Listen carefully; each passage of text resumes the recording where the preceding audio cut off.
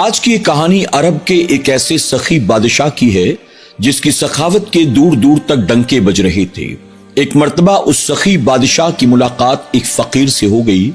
فقیر نے اس بادشاہ سے کچھ مانگنے یا کچھ لینے سے انکار کر دیا، جس پر سخی بادشاہ کو اس فقیر پر بڑا غصہ آیا۔ اس کے بعد اس بادشاہ نے فقیر کے ساتھ کیا کیا اور فقیر نے کیا پھر اس بادشاہ سے کچھ مانگا یا کچھ لیا، یہ پورا واقعہ کیا ہے، آئیے سماعت کرتے ہیں۔ فرمایا گیا کہ عرب کی سرزمین پر ایک بادشاہ تھا جس کا نام بادشاہ یحییٰ تھا۔ عرب کے کچھ ملکوں پر اس کی حکومت تھی۔ وہ اپنی سخاوت کے لیے بہت جانا جاتا تھا۔ لوگوں کو کھانا کھلانا، غریب غربا کو، بیواؤں، یتیموں، کمزوروں کو تلاش کر کے ان کی مدد کرنا، یہ اسے بڑا پسند تھا۔ ساتھ ہی وہ یہ بھی پسند کرتا تھا کہ لوگ میری سخاوت کی تعریفیں کیا کریں۔ ایک مرتبہ بادشاہ یحییٰ کا گزر ایک شہر سے ہوا۔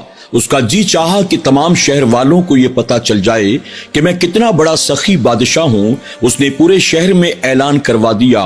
اس کے منادی چاروں طرف یہ اعلان کرتے گھوم رہے تھے، اے لوگوں، تمہارے شہر سے اس وقت کے سب سے سخی بادشاہ یحییٰ کا گزر ہوا ہے، اور بادشاہ کا یہ اعلان ہے، تم میں سے جس کو جو کچھ چاہیے، جو کچھ مانگنا چاہتے ہو، آؤ بادشاہ کے پاس آؤ۔ جو چاہو گے تمہیں عطا کیا جائے گا، جو مانگو گے تمہیں عطا کیا جائے گا۔ اب تمام شہر والوں نے جب یہ اعلان سنا، خوش ہو جاتے ہیں۔ وہ جو مستحق تھے وہ بھی دوڑے، جو غیر مستحق تھے وہ بھی دوڑے۔ بادشاہ یحییٰ اپنے گھوڑے پر سوار یہ منظر دیکھ رہا تھا، اور اس کے سپاہی اور خدام آنے والوں کو منہ مانگی چیزیں دے رہے تھے۔ کوئی سونا مانگ رہا تھا، کوئی چاندی مانگ رہا تھا، کوئی ہیرے مانگ رہا تھا، کوئی یاقوت مانگ رہا تھا، کوئی کھانے پینے کی چیزیں مانگ رہا تھا، کوئی اشرفیاں مانگ رہا تھا، کوئی دینار و درہم مانگ رہا تھا۔ یعنی جو لوگ جو کچھ مانگ رہے تھے، ہر آنے والے کو اس کی مرضی کے مطابق دیا جا رہا تھا۔ اور بادشاہ یحییٰ اپنے گھوڑے پر بیٹھا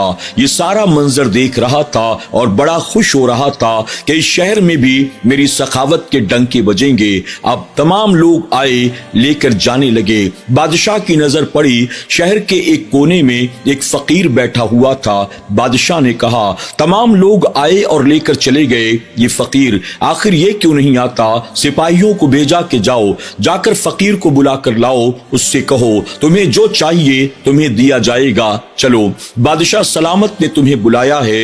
جب سپاہی اس فقیر کے پاس پہنچے، فقیر نے ان کی باتوں کو سنا انسنا کر دیا۔ کئی مرتبہ ان لوگوں نے کوشش کی، لیکن ایسا لگ رہا تھا کہ جیسے نہ وہ انہیں دیکھ رہا ہے نہ ان کی باتوں کو سن رہا ہے۔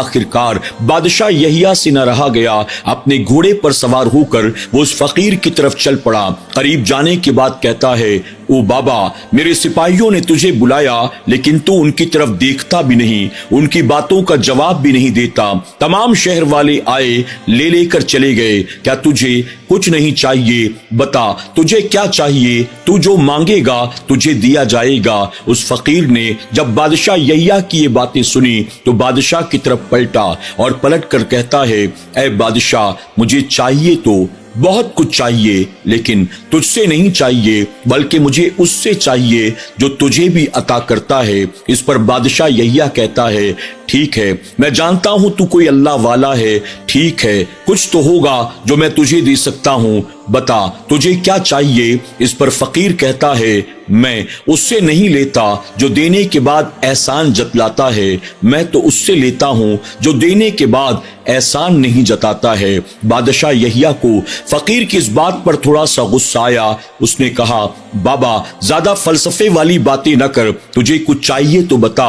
اس پر فقیر کہتا ہے کہ نہیں، مجھے کچھ بھی نہیں چاہیے۔ بادشاہ یحییٰ کہتا ہے، میں نے جب تمام شہر والوں کو دیا، میں تجھے بھی دوں گا، تجھے لینا ہی ہوگا، بتا تجھے کیا چاہیے۔ آخرکار فقیر نے اپنے قریب پڑے ہوئے ایک پیالے کو اٹھایا، بادشاہ یحییٰ کی طرف بڑھاتے ہوئے کہا، مجھے تجھ سے کچھ بھی نہیں چاہیے، لیکن تو اگر دینا ہی چاہتا ہے، لا دے دے، کیا ہے تیرے پاس؟ بادشاہ یحییٰ نے خدام کی طرف اشارہ کیا۔ خدام نے فوراً اٹھا کر اشرفیاں اس فقیر کے پیالے میں ڈال دی۔ لوگوں نے پیالے میں اشرفیوں کو جاتا ہوا دیکھا۔ پیالے میں اشرفیوں کے گرنے کی آواز بھی سنائی دے رہی تھی، لیکن جب بادشاہ